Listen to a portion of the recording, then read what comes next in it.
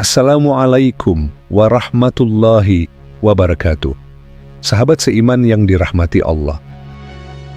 Bayangkan jika hari ini adalah hari terakhirmu. Matamu telah tertutup dan kamu tidak bisa membukanya lagi. Suara orang-orang yang kamu cintai terdengar di sekelilingmu.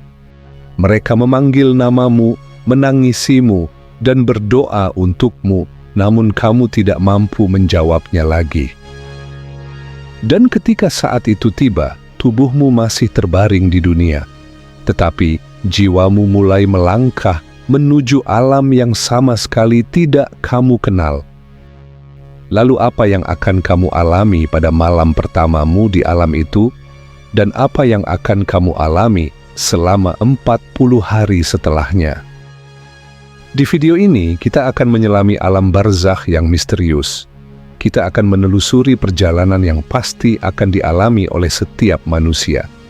Dan di antara seluruh manusia, ada satu sosok yang paling mengetahui perjalanan itu dengan jelas.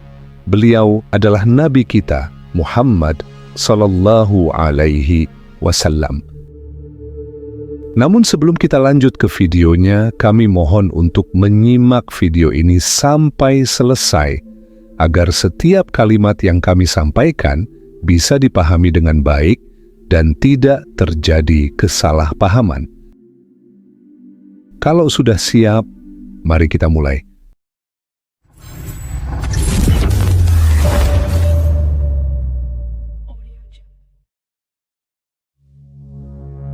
Rasulullah Shallallahu Alaihi Wasallam telah mengingatkan bahwa setiap jiwa pasti akan merasakan kematian. Dan sekarang saat itu telah tiba. Waktu yang telah tertunda selama bertahun-tahun, waktu yang kerap disangka masih lama kedatangannya. Sekarang dia datang dalam keadaan yang tidak disangka-sangka. Napas terakhirmu terhembus, lidahmu tidak mampu berucap. Pandangan matamu terpaku pada satu titik. Jantungmu berdetak sekali lagi, lalu berhenti. Rasa dingin perlahan merayap dari ujung kaki, lalu menyebar ke seluruh tubuhmu. Namun itu bukan dingin biasa. Itu tanda bahwa ruh sedang bersiap meninggalkan jasadmu. Nabi Daud alaihi salam menggambarkan kematian dengan perumpamaan yang sangat dahsyat. Beliau berkata, jika saja rasa sakit dari sehelai rambut yang ditarik dapat dirasakan, bahkan gunung pun akan tenggelam ke dalam bumi di bawah beban kematian. Begitu pula dengan Nabi Musa alaihi salam. Beliau menggambarkan detik-detik kematian seperti seekor domba yang sedang dikuliti hidup-hidup di tangan seorang penyembelih. Pada saat itu ruh mulai ditarik dari telapak kaki, naik ke betis, lalu ke perut, kemudian ke dada, hingga akhirnya mencapai tenggorokan. Hidup pun telah sampai di kerongkongan. Dalam surah Al-Waqi'ah disebutkan bahwa ketika ruh mencapai tenggorokan, saat itulah seluruh rasa sakit berkumpul. Seluruh tubuh terasa seperti disayat oleh banyak pisau sekaligus. Setiap sel seakan menjerit menahan perih. Rasa sakit itu begitu dahsyat, seperti rambut yang dicabut langsung dari akarnya. Dalam beberapa riwayat disebutkan bahwa sejak awal ruh enggan memasuki tubuh manusia. Karena itu pula, ketika tiba waktunya untuk pergi, ruh seakan tidak mau berpisah dari jasad yang telah lama dia tempati. Di tengah perjuangan yang berat ini, datanglah sosok makhluk gelap yang tak terlihat oleh mata. Dia adalah setan, makhluk terkutuk, yang sepanjang hidupnya terus berusaha menyesatkan manusia. Dan kini, dia datang untuk terakhir kalinya. Dia datang dengan membawa secangkir air, menguji manusia yang sedang sekarat dengan rasa haus yang tak tertahankan. Tidak lama kemudian, setan berkata, "Serahkan imanmu dan ambillah air ini." Pada saat itu, seluruh perjalanan hidupmu seakan terputar kembali di depan mata. Doa-doa yang pernah engkau panjatkan dosa-dosa yang pernah engkau lakukan, air mata penyesalan, kelalaian yang diabaikan, dan taubat yang sempat engkau persembahkan, semuanya berkelebat di depan mata. Setan terus membisikkan godaannya, berusaha mengacaukan pikiranmu di detik-detik terakhirmu. Dalam beberapa riwayat disebutkan, ia bahkan dapat menyerupai kedua orang tuamu yang telah wafat, lalu mencoba meyakinkanmu untuk mengikuti agama lain. Namun jika imanmu benar-benar kuat, sebagaimana yang telah disebutkan di dalam hadis, tipu daya itu tidak akan engkau percayai. Sebaliknya, jika kehidupanmu dipenuhi dengan keraguan dan engkau tidak pernah menguatkan imanmu, engkau akan mudah digoda olehnya. Bahkan engkau akan meninggalkan Islam di saat-saat terakhir hidupmu. Sebagaimana sebagian orang yang meninggalkan agama mereka di dunia demi hawa nafsu dan kesenangan, demikian pula mereka akan meninggalkannya kembali ketika kematian datang menjemputnya. Pada hari itu, satu-satunya jalan agar kamu dapat mengucapkan kalimat La ilaha illallah jika kamu menjalani hidup dengan iman, yaitu iman yang benar. Dengan iman yang kokoh, bisikan setan tidak akan berpengaruh. Karena hadits menyebutkan, engkau akan mati sebagaimana engkau hidup, dan engkau akan dibangkitkan sebagaimana engkau mati. Bagi mereka yang meninggal tanpa iman, kematian menjadi sangat menyakitkan. Para malaikat akan berseru, keluarlah, wahai jiwa yang buruk, keluarlah menuju azab neraka. Saat itu, ruh dicabut dengan kasar. Seluruh tubuh bergetar, organ-organ di dalam seakan terikat dan saling melilit. Jasad berusaha menahan ruh agar tidak pergi, namun para malaikat yang taat kepada perintah Allah tetap mengambilnya. Pada saat itu, tidak ada lagi yang bisa dilakukan. Taubat tidak lagi diterima, dan iman tidak lagi bernilai. Nabi Muhammad SAW menggambarkan kematian seorang mukmin dan seorang yang kafir sebagai berikut. Ruh seseorang yang mukmin keluar dari tubuhnya dengan sangat mudah, seperti air yang mengalir dari sebuah kendi. Sedangkan ruh orang yang kafir dicabut dengan kasar, bagaikan ranting berduri yang ditarik keluar dari bulu wol yang basah, hingga merobek urat dan saraf. Nabi Muhammad juga menjelaskan bagaimana keadaan orang kafir sesaat setelah kematiannya. Ketika malaikat mencabut ruhnya, malaikat-malaikat lain datang dan mengambilnya dari malaikat Israel, lalu memasukkannya ke dalam sebuah karung kasar yang telah disiapkan untuknya. Dari karung itu keluar bau yang lebih busuk dari bangkai yang paling busuk di muka bumi. Kemudian para malaikat membawanya naik ke langit. Setiap kali mereka melewati sekelompok malaikat yang lain, para malaikat itu bertanya, "Ruh kotor siapakah ini?" Maka malaikat yang membawanya menjawab dengan namanya yang paling buruk yang dahulu dikenal di dunia. Akhirnya mereka sampai ke langit pertama dan meminta agar pintunya dibukakan untuk ruh tersebut, namun pintu itu tidak akan dibukakan. Lalu Rasulullah SAW membacakan ayat, "Sesungguhnya orang-orang yang mendustakan ayat-ayat kami dan menyombongkan diri terhadapnya, tidak akan dibukakan bagi mereka pintu-pintu langit, dan mereka tidak akan masuk surga sampai seekor unta masuk ke dalam lubang jarum." Kemudian Allah yang Maha Kuasa memerintahkan, catatlah amalnya di tempat paling rendah di bumi, yaitu di Sijjin. Setelah itu, ruhnya dilemparkan jatuh dari tempat yang sangat tinggi. Lalu Nabi SAW membacakan ayat lain, "Barang siapa yang mempersekutukan Allah, maka seakan-akan ia jatuh dari langit, lalu disambar burung atau diterbangkan angin ke tempat yang jauh." Adapun bagi seorang mukmin, Al-Quran menyebutkan, sesungguhnya orang-orang yang berkata, Tuhan kami adalah Allah, kemudian mereka istiqamah, maka tidak ada rasa takut pada mereka, dan mereka tidak bersedih. Jika seseorang benar-benar menyerahkan dirinya kepada Allah, ia akan melihat malaikat maut dan para pembantunya sebagai makhluk-makhluk yang bercahaya. Para malaikat memasuki ruangan dengan wajah bersinar, lalu berkata, "Wahai jiwa yang suci, keluarlah menuju rahmat Tuhanmu. Engkau ridha, dan Tuhanmu pun ridha kepadamu."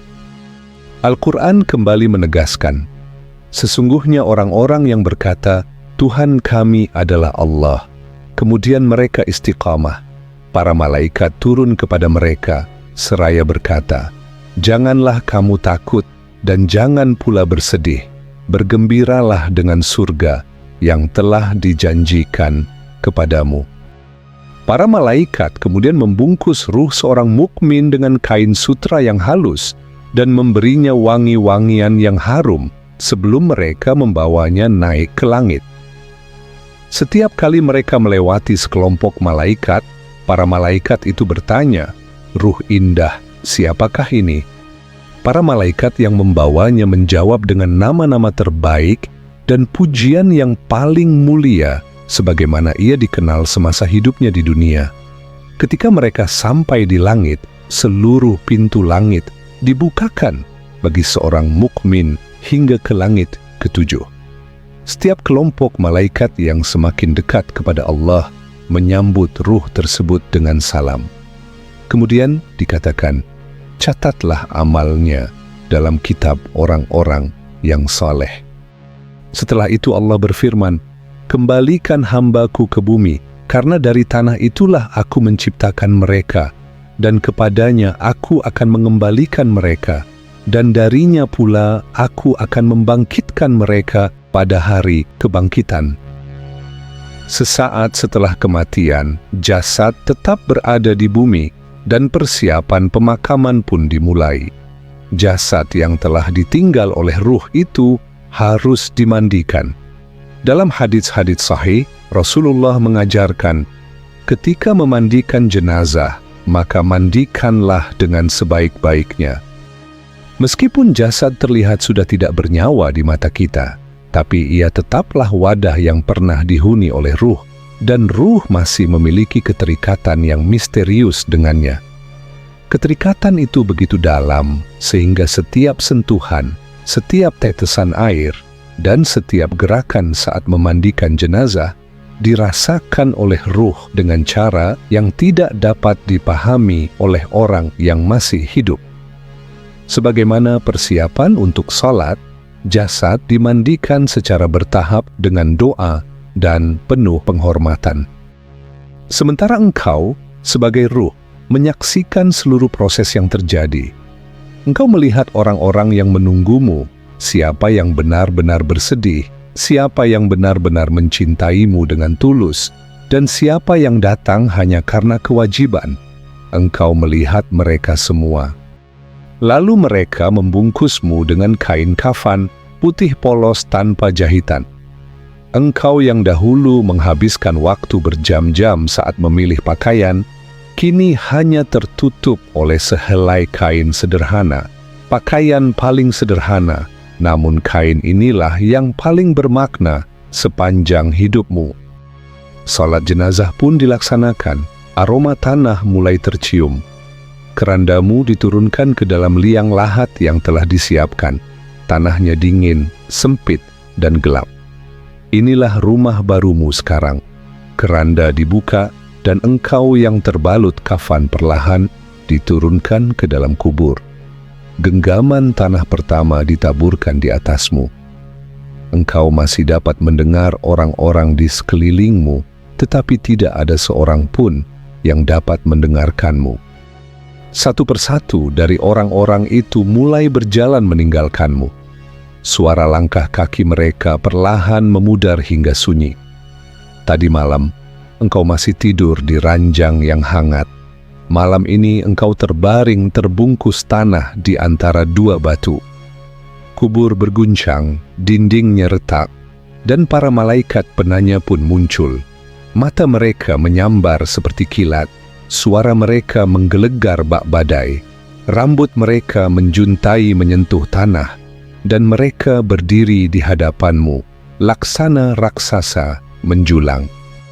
Mungkar dan Nakir mendekat untuk menunaikan tugas mereka, dan mulai bertanya, "Man Rabbuka?" Siapa Tuhanmu? Engkau menjawab, "Tuhanku adalah Allah yang aku sembah selama aku hidup." Mereka bertanya lagi, "Apa agamamu?" Engkau menjawab, "Agamaku adalah Islam." "Man nabiyuka?" Siapa nabimu? "Nabiku adalah Muhammad, cahaya bagi seluruh alam." Mereka bertanya lagi, "Apa kitabmu?" Engkau menjawab, "Kitabku adalah Al-Quran." Lalu ditanya, "Apa amal perbuatanmu?" Engkau menjawab, "Salat yang aku jaga sejak masa mudaku, rasa syukur dan kesabaranku ketika sakit, serta sedekah yang aku berikan, bahkan di saat aku sempit, semuanya menjadi saksi bagiku."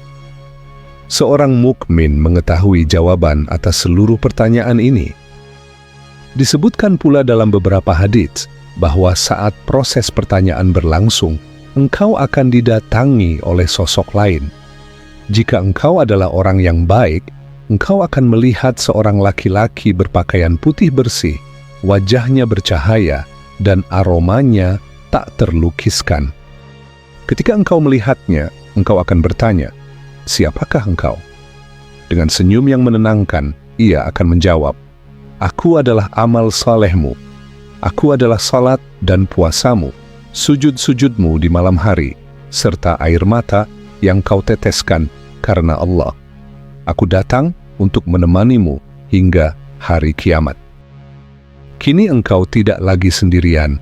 Ia akan melindungimu dari tekanan kubur, kesempitannya, dan rasa sakitnya. Keharuman surga akan memenuhi ruhmu, kegelapan pun sirna.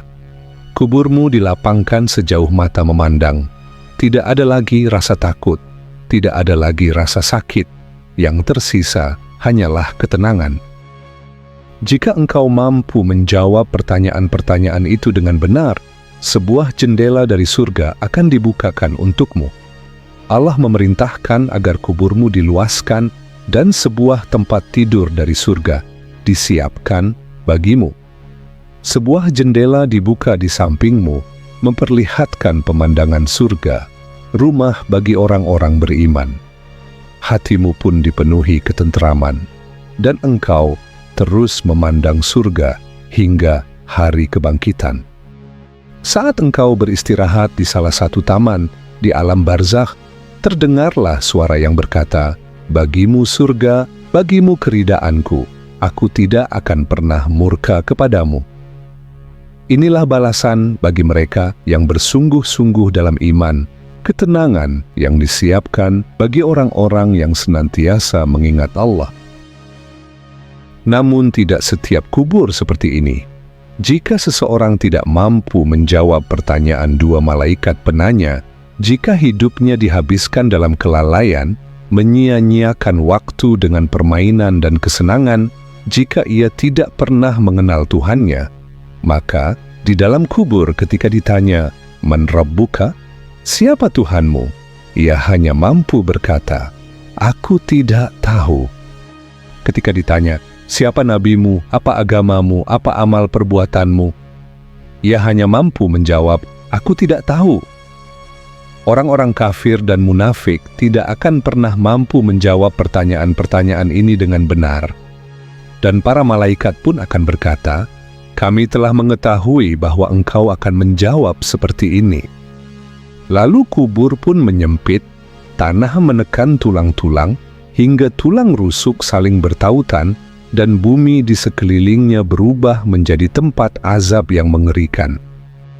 Pintu-pintu neraka dibukakan untuknya. Mereka melihat siksaannya meski mereka masih berada di dalam kubur. Panas dan bau neraka pun sampai kepada mereka. Kubur semakin menyempit dan menghimpit dari segala arah. Rasulullah SAW bersabda, bahwa kubur akan menghimpit seseorang hingga tulang rusuknya saling berjalin. Mata kedua malaikat menyambar seperti kilat, suara mereka menggelegar bak petir, gigi mereka tajam seperti tanduk benteng liar. Kehadiran mereka membuat ruh semakin ketakutan. Para malaikat ini tidak tersenyum, tidak mengenal kasih sayang, dan tidak memiliki belas kasihan. Karena engkau selalu menunda salat dan meremehkan iman, azab pun ditambah. Tanah berubah menjadi api, nyala api mengepung kubur, asap memenuhi udara. Orang itu menjerit, namun hari ini tidak ada jalan keluar. Lalu masuklah makhluk lain ke dalam kubur. Wajahnya mengerikan, pakaiannya kotor, dan baunya lebih busuk daripada bangkai yang membusuk. Dengan ketakutan, orang itu bertanya, "Siapakah engkau?" Makhluk itu menjawab, "Aku adalah amal perbuatan dari dosa-dosamu. Kesempatan-kesempatan taubat yang kau sia-siakan. Akulah apa yang telah engkau lakukan." Makhluk itu pun tinggal bersamanya hingga hari kiamat, menambah rasa sakit dan penyesalan. Kemudian dimulailah azab yang lain. 99 ular dikirimkan ke dalam kubur. Namun ini bukanlah ular seperti di dunia. Setiap ular diciptakan khusus untuk menyiksa. Setiap gigitannya mengingatkan ruh akan dosa-dosa yang telah diperbuatnya. Ular-ular tersebut terus menyiksanya hingga datangnya hari terakhir. Dan ketika hari itu tiba, azab tidak akan berakhir, justru baru dimulai. Karena itulah orang yang berada di dalam kubur akan berteriak, "Ya Allah, mohon jangan engkau mulai hari kiamat." Sebab mereka menyadari bahwa apa yang baru saja mereka alami hanyalah permulaan. Suatu hari, Rasulullah melewati sebuah kubur dan berkata kepada para sahabatnya, "Seandainya orang yang dikuburkan di sini dapat kembali ke dunia, ia tidak akan berharap bertemu keluarganya atau menuntaskan hartanya. Ia hanya akan berharap dapat mengerjakan 2 rakaat salat, karena sekarang ia telah memahaminya." Zaid bin Thabit radhiyallahu anhu meriwayatkan, "Suatu ketika kami pergi bersama Rasulullah ke sebuah kebun milik Bani Najjar. Beliau sedang menunggangi hewan tunggangannya. Tiba-tiba hewan itu terkejut dan hampir menjatuhkan beliau. Kami melihat ternyata di sekitar tempat itu terdapat beberapa kuburan. Maka Rasulullah bersabda, 'Tahukah kalian mengapa orang-orang di dalam kubur-kubur ini sedang disiksa?' Kami menjawab, 'Allah dan Rasul-Nya yang lebih mengetahui.' Beliau bersabda, 'Seandainya aku tidak khawatir bahwa kalian akan berhenti saling menguburkan, niscaya aku akan memohon kepada Allah agar Dia memperdengarkan kepada kalian azab kubur sebagaimana yang aku dengar.' Kemudian beliau berpaling dari kami dan bersabda, 'Mintalah perlindungan kepada Allah dari azab kubur.' Dan beliau mengulanginya sebanyak 3 kali. Pada saat itu menjadi jelas bahwa tidak ada lagi sahabat, saudara, ibu, maupun anak yang tersisa. Di sanalah tersingkap bahwa dunia ini bukanlah kehidupan yang sesungguhnya. Kebenaran yang hakiki baru dimulai sekarang. Dunia hanyalah sebuah tirai, dan kubur adalah panggung di baliknya, pintu pertama yang terbuka menuju keabadian. Sekarang marilah kita memasuki bagian paling misterius dari alam kubur, yaitu alam barzakh. Ketika terlintas di pikiran kita tentang alam kubur, biasanya yang terbayang adalah liang lahat secara fisik. Padahal, sebagaimana mimpi tidak ada hubungannya dengan ranjang tempat kita tidur. Begitu juga dengan alam kubur, ia tidak bergantung kepada tanah tempat jasad dikuburkan. Kubur atau barzakh sejatinya adalah sebuah lorong, sebuah jalan penghubung antara 2 alam. Ia adalah jembatan yang kita lewati menuju kehidupan berikutnya. Malaikat Israil alaihissalam datang untuk mengambil ruh, dan sejak saat itu kita memasuki apa yang dapat disebut sebagai tempat penantian, sebuah alam spiritual di antara dunia dan akhirat, sebuah perpindahan dari satu keadaan menuju keadaan yang lain. Alam itu menyerupai dunia yang kita kenal, namun tidak memiliki matahari meski tetap dipenuhi dengan cahaya. Ia lebih luas, lebih terang, dan lebih damai dibandingkan dunia ini. Orang-orang yang telah wafat dapat mendengar kita. Mereka mendengar setiap suara, bahkan mereka dapat mendengar langkah kaki orang-orang yang meninggalkan kubur mereka. Hal ini kita ketahui dari peristiwa Perang Badar.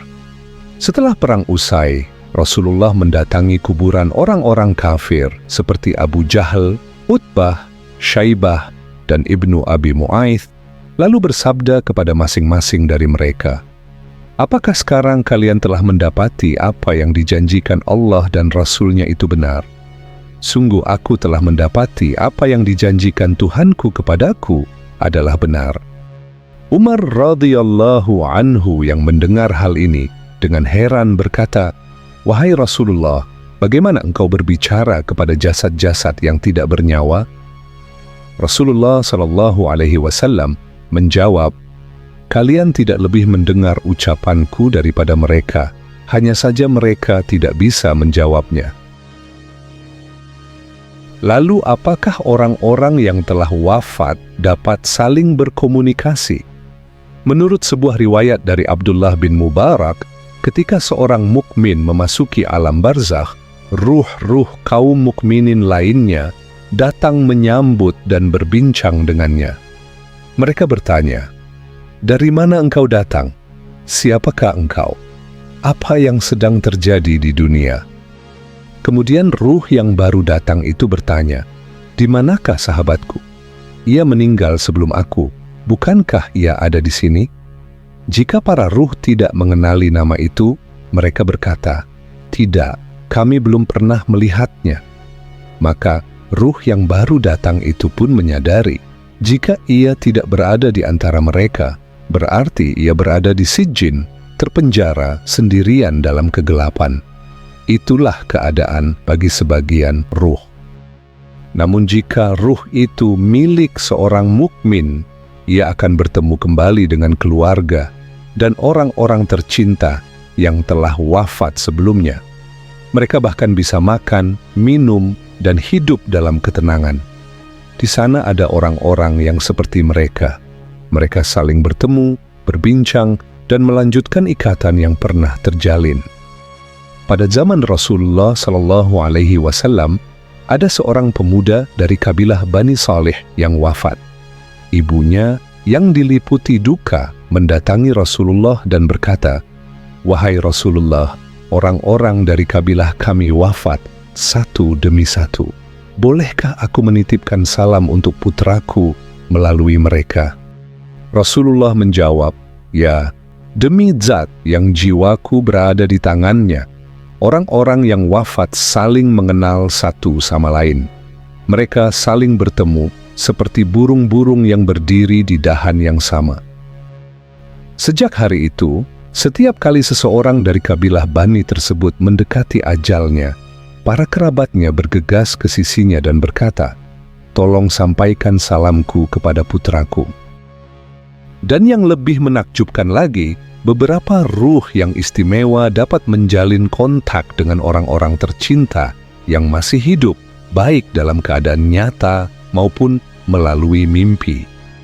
Menurut suatu riwayat, ketika seseorang yang telah wafat hadir dalam mimpi, hal itu dianggap sebagai mimpi yang benar, ru'ya sadiqah, yaitu pesan dari alam barzakh.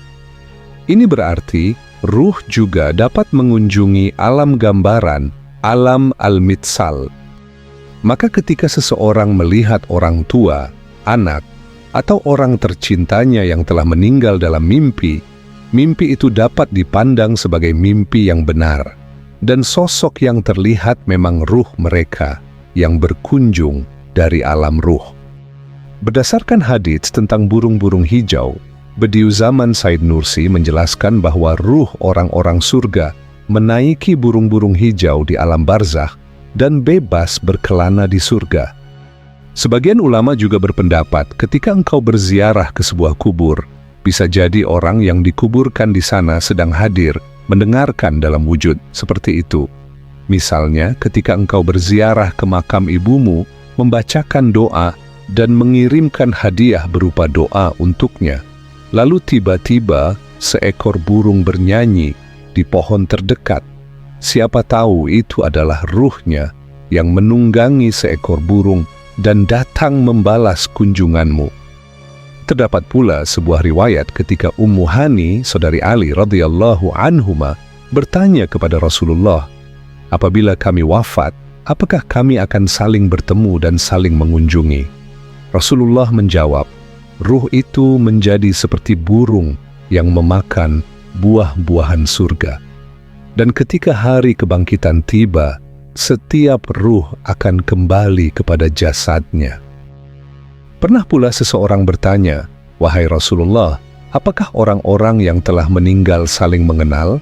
Beliau sallallahu alaihi wasallam menjawab, mereka akan saling mengenal sebagaimana burung-burung yang bertengger di pohon yang sama, saling mengenal satu sama lain.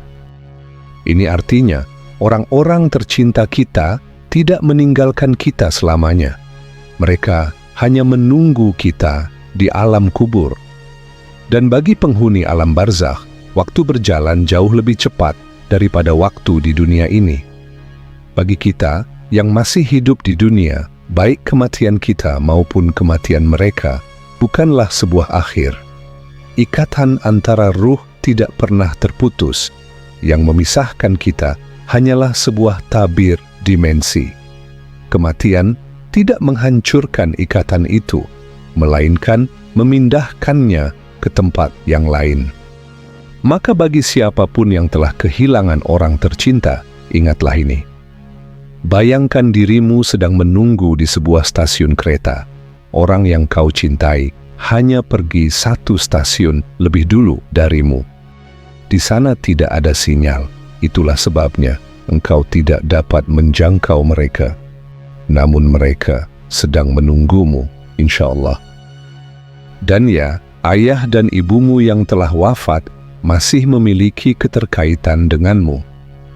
Amal-amal kebaikan yang engkau lakukan, sedekah yang engkau berikan, terutama segala sesuatu yang engkau lakukan demi agama, akan sampai kepada mereka.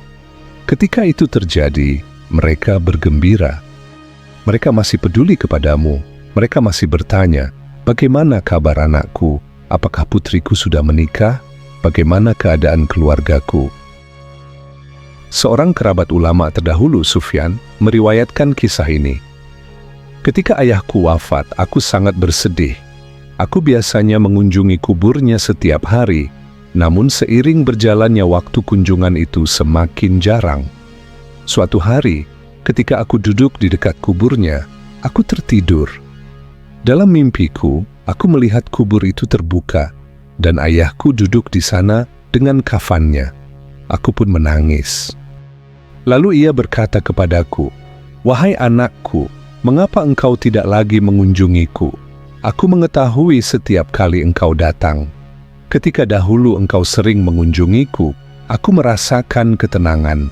Dan ketika engkau berdoa, bukan hanya aku, bahkan tetangga-tetanggaku di pemakaman turut bergembira.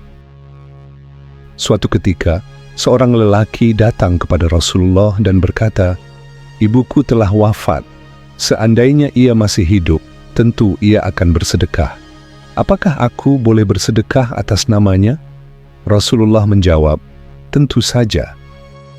Dan hal ini tidak hanya berlaku untuk orang tua, tetapi juga untuk seluruh orang-orang tercintamu. Mereka sedang menunggumu di perhentian berikutnya. Dan ketika engkau akhirnya tiba, insya Allah, engkau akan disambut dengan ucapan, apa yang engkau kirimkan kepada kami telah sampai. Semua hadiahmu telah kami terima. Selamat datang.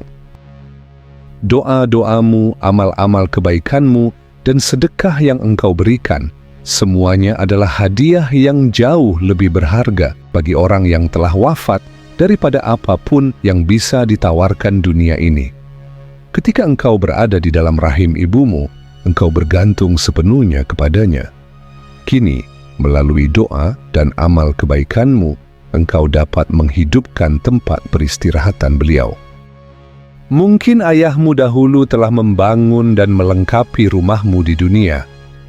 Kini, melalui amal-amal salehmu, engkau dapat menghiasi rumahnya di alam kubur. Lalu, amal apa sajakah yang mendatangkan ketenangan di alam kubur? Dan siapakah orang-orang yang akan beristirahat dengan damai? Rasulullah Shallallahu Alaihi Wasallam bersabda, bagi seseorang yang syahid, terdapat 6 keutamaan di sisi Allah.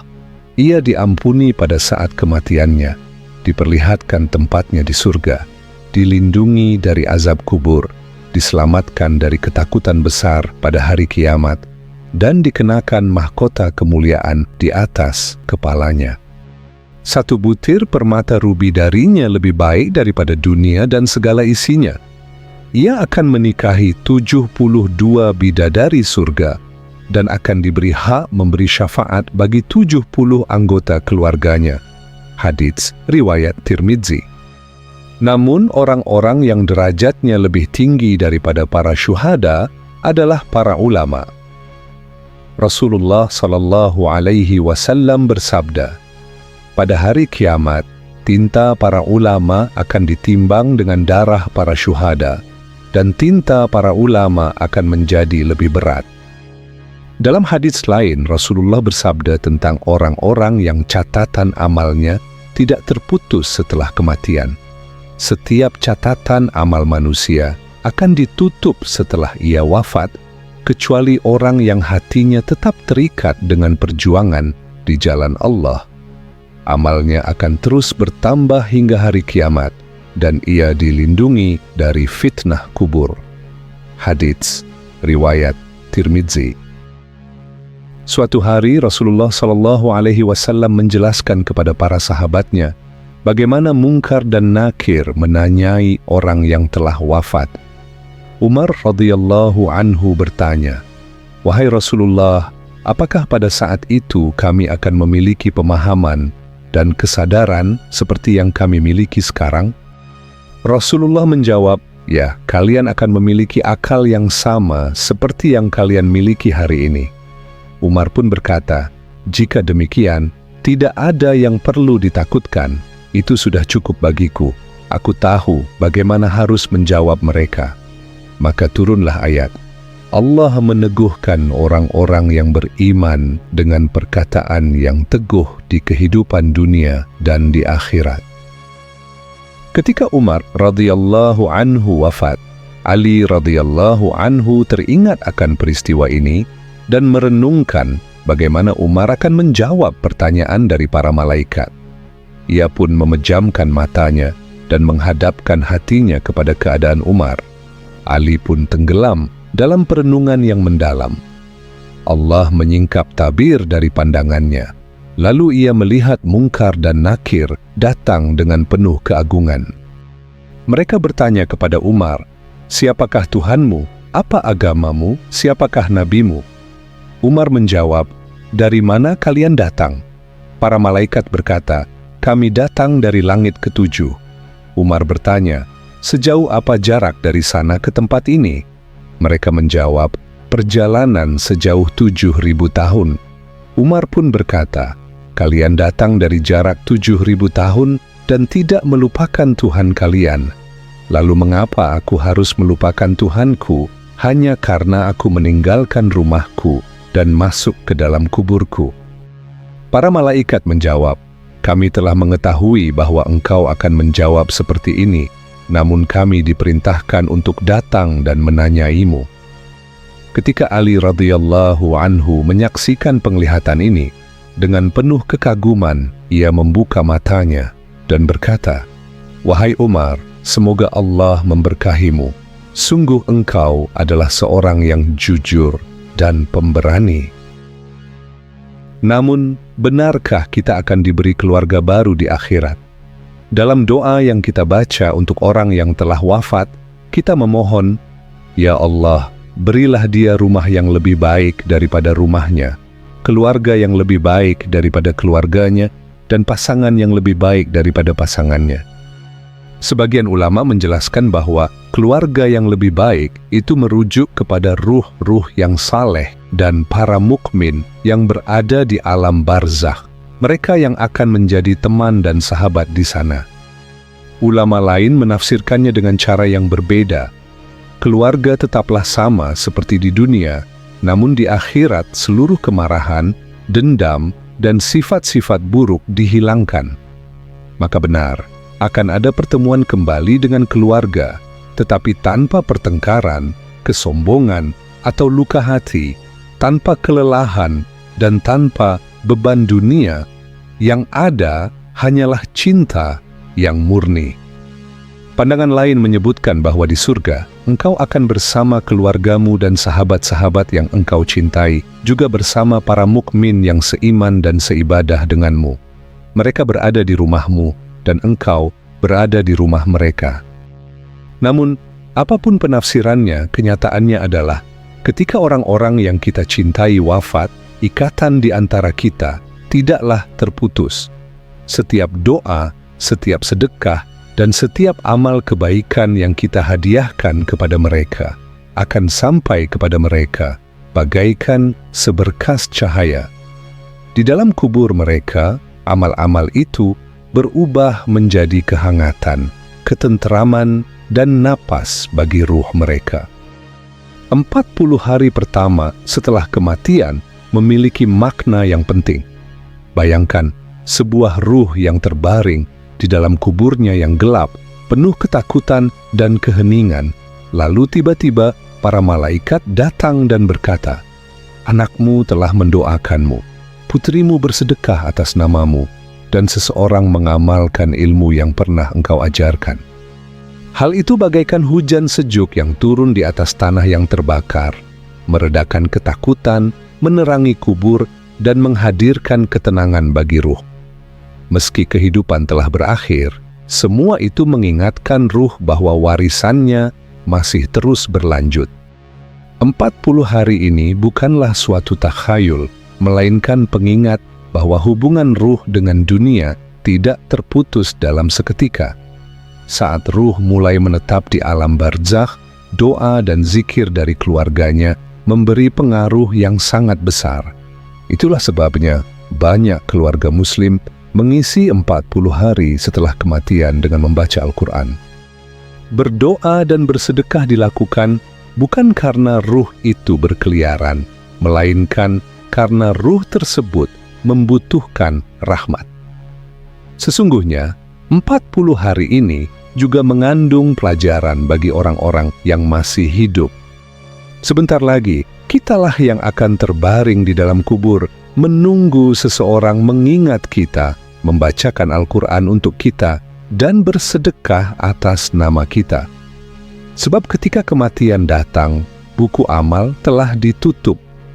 Seseorang tidak bisa lagi melaksanakan salat, berpuasa, atau bersedekah untuk dirinya sendiri. Namun rahmat Allah sangatlah luas, sehingga Dia tetap membuka 3 pintu kebaikan meskipun setelah kematian. Pintu itu adalah sedekah jariyah, ilmu yang bermanfaat, dan anak saleh yang mendoakan orang tuanya. Inilah pintu-pintu keselamatan bagi mereka yang telah wafat, sekaligus tanggung jawab bagi mereka yang masih hidup. Ketahuilah bahwa bagi orang yang terbaring di dalam kubur, Al-Quran adalah salah satu hadiah terbesar. Kalimat-kalimat Allah bukan sekadar suara, ia membawa cahaya dan turun ke kubur sebagai rahmat. Rasulullah juga bersabda bahwa surah Al-Mulk akan melindungi orang yang membacanya dari siksa kubur. Maka bayangkanlah, seseorang yang membiasakan dirinya membaca surah Al-Mulk setiap malam semasa hidupnya di dunia, lalu kini ia beristirahat di dalam kuburnya dengan dikelilingi oleh kasih sayang dan perlindungan surah tersebut. Inilah janji Allah.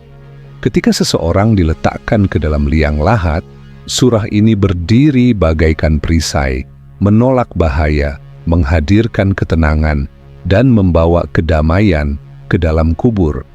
Bahkan jika seseorang tidak rutin membacanya semasa hidup, ketika keluarganya membacakan Al-Quran atas namanya, rahmat itu tidak akan sia-sia.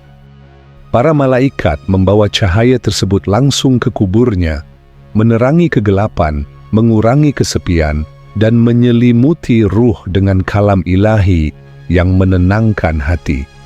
Karena itulah di banyak rumah kaum muslimin, ketika seseorang wafat, surah Yasin pun dibacakan. Meskipun para ulama berbeda pendapat dalam beberapa rincian, hakikatnya sangat jelas. Al-Quran memberi manfaat yang baik bagi mereka yang hidup maupun yang telah wafat. Bagi orang yang hidup, Al-Quran adalah pengingat, sedangkan bagi orang yang meninggal, ia menjadi hadiah di dalam kubur. Bagi orang beriman, ia laksana air sejuk yang disiramkan ke atas api. Bagi pendosa, ia menjadi penawar lembut yang meredakan penyesalan. Setiap ayat yang dibacakan berubah menjadi cahaya yang mengusir kegelapan kubur. Bayangkan surah Al-Fatihah, surah yang dihafal oleh setiap muslim. Ketika dibacakan untuk orang yang telah wafat, memohonkan petunjuk, rahmat, dan harapan, serta memohon kepada Allah agar memudahkan perjalanan mereka di alam barzakh. Bayangkan pula surah Al-Ikhlas, surah yang singkat namun syarat dengan penegasan keesaan Allah. Ketika dibaca dengan penuh keikhlasan, ia mendatangkan pahala yang besar bagi ruh yang telah berpulang. Pada 40 hari pertama setelah kematian, saat ruh menyesuaikan diri dengan tempat barunya, Al-Quran yang dibacakan untuknya, ibarat perabot yang diletakkan di ruangan kosong, menghadirkan kehangatan di tengah dingin, ketenangan di tengah kekosongan, dan teman bagi kesendirian. Keindahan Al-Quran, ia tidak terikat oleh waktu. Bahkan jika seseorang menjalani hidupnya dengan penuh dosa, Al-Quran yang dibacakan dengan tulus atas namanya tetap memberi manfaat baginya. Karena Allah Maha Pemurah dan rahmatnya jauh lebih besar daripada murkanya. Karena itulah para ulama menasihati agar tidak berhenti membaca Al-Quran dan tidak membiarkan kubur menjadi sunyi. Kirimkanlah Al-Quran sebagai cahaya bagi mereka yang telah berpulang. Setiap huruf adalah cahaya, setiap ayat adalah rahmat, dan setiap surah adalah perisai perlindungan. Ketika seseorang masuk ke dalam kubur sebagai pelaku maksiat, sebuah tabir disingkapkan di hadapannya dan dikatakan kepadanya, "Lihatlah, inilah hal-hal yang dahulu engkau kejar, harta, kedudukan, dan ketenaran, sementara engkau mengabaikan urusanku. Dan sekarang lihatlah apa yang telah engkau hilangkan." Pada saat itu diperlihatkan sekilas kenikmatan surga, memperlihatkan apa yang seharusnya bisa menjadi miliknya. Dan pemandangan itu menjadi salah satu siksaan terbesar, sebagaimana dijelaskan dalam ajaran tentang azab kubur. Kemudian tabir lain dibuka, dan ia melihat hartanya, rumahnya, serta segala sesuatu yang dahulu ia perjuangkan di dunia, kini terbagi kepada orang lain. Orang-orang makan dan minum dari harta yang dahulu ia simpan hanya untuk dirinya sendiri. Harta yang tidak pernah ia keluarkan di jalan Allah, zakat yang ia tahan, dan sedekah yang enggan ia berikan. Sedangkan tubuhnya sendiri kini dimakan oleh cacing-cacing di dalam tanah. Kekayaan terbesar yang pernah engkau miliki adalah umurmu. Untuk apa engkau mengorbankannya? Untuk hal-hal yang sejak awal memang pasti lenyap. Engkau menukar yang kekal dengan yang sementara. Dan jika umur itu engkau habiskan jauh dari jalan Allah, lalu apa yang tersisa? Maka berhentilah iri kepada mereka yang hidup dalam kemewahan, namun melupakan tujuan hidupnya. Seberapapun kuatnya seseorang, seberapapun kayanya ia, kubur akan menyamakan semua manusia. Di sana yang bernilai hanyalah iman dan amal. Semoga Allah menjadikan kita termasuk orang-orang yang memasuki kubur seperti para syuhada yang tidak merasakan sakaratul maut dan kepedihan saat kematian. Memasuki akhirat ibarat meninggalkan panggung setelah bertahun-tahun berperan, lalu bergabung dengan penonton yang sejak awal telah menyaksikan kita. Namun sebelum hari itu tiba, tanyakanlah pada diri kita sekarang, apakah para malaikat bangga kepadamu, atau justru para setan yang berbangga atasmu? Dan ketika keluargamu yang telah berada di alam kubur mendengar kabar tentangmu, apakah mereka bersuka cita atau justru bersedih? Jawabannya sedang ditulis saat ini dengan setiap tarikan napasmu, setiap pilihan yang kau ambil, dan setiap langkah yang kau tapaki.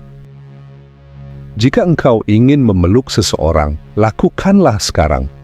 Jika engkau pernah melukai hati seseorang, perbaikilah sekarang. Jika engkau merasa telah menjauh dari Allah, kembalilah sekarang. Jangan menunda salatmu, jangan menangguhkan tobatmu. Karena esok hari bisa saja menjadi hari terakhirmu. Dan sekarang, mari kita berdoa. Ya Allah, anugerahkanlah kepada kami nikmat hidup dalam iman dan wafat dalam iman. Jadikanlah kalimat terakhir kami, La ilaha illallah. Jangan engkau biarkan kami sendirian dalam gelapnya kubur. Karuniakanlah kepada kami kubur yang dipenuhi cahaya dan ketenangan. Ya Allah, jadikanlah kubur setiap orang yang menyaksikan video ini sebagai salah satu taman dari taman-taman surga. Amin. Ya Rabbal Alamin. Wabillahi taufiq wal hidayah. Wassalamualaikum warahmatullahi wabarakatuh.